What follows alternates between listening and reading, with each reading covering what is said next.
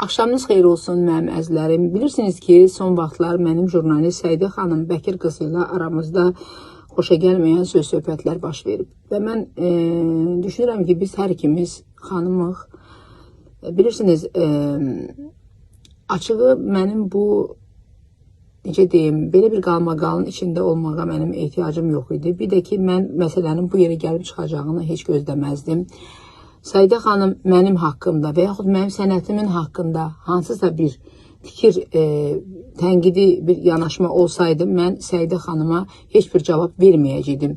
Çünki mən tənqidlərə açığam. Amma həyat yoldaşımın haqqında səsləndirdiyi fikirlər, alçaldıcı sözlər məni özümdən çıxartdı. Mən öz əsəblərimi cilovlaya bilmədim. Əsəbləşərək Səidə xanıma cavab verdim.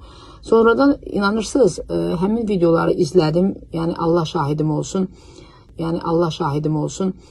Heç bir şeydə mən yalan demirəm və nə varsa da onu deyirəm. Sonradan mən o videoları izlədim və baxanda gördüm ki, əsəbli olaraq mən fikirlərimi düzgün ifadə etməmişəm və bəzi sözləri düzgün seçməmişəm. Demək olar ki, mən düzgün danışmamışam. Mən bu videonu kiməsə görə və yaxudsa hansı məqsədlə çəkmirəm. Yəni Allah buna şahiddir. Ətrafımda insanlar oturub, onlar da buna şahiddirlər. Sadəcə düzgün başa düşülməyimi istəyirəm.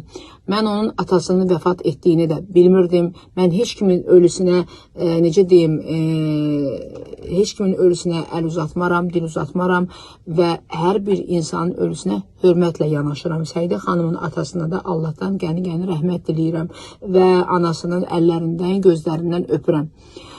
Və düşünürəm ki, o da xanımdır. Necə ki, onun paylaşdığı video mənim ailəmdə, yaxınlarımın yanında belə pis təsir elədi və yəni yaxşı qarşılanmadı da. Mən düşünürəm ki, bilirsiniz nətər, mənim də dediyim sözlər istər-istəməz Səidə xanımın da yaxınlarının və yaxud ailəsinin yanında necə deyim, xoş təsir etməyibdir. Və bir qadın olaraq mən bunu özümə borc bilirəm və Səidə xanımdan üzrxahlıq etməyi istəyirəm. Mən qarşı durma yox və birlikdə bərabər oturub qarşılıqlı anlaşmanın tərəfdarıyam və yenə də demək istəyirəm ki, Səidə xanım yəni üzrxahlıq edirəm və düşünürəm ki, Səidə xanım da bunu qəbul edəcək və biz ikimiz də xanım olaraq bir, necə deyim, görüşəcəyik və söhbət edib bütün söz-söhbətlərə son qoyacaq.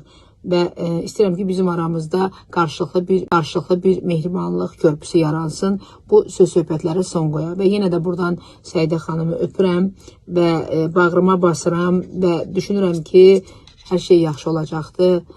Sağ olun, gecəniz xeyrə qalsın.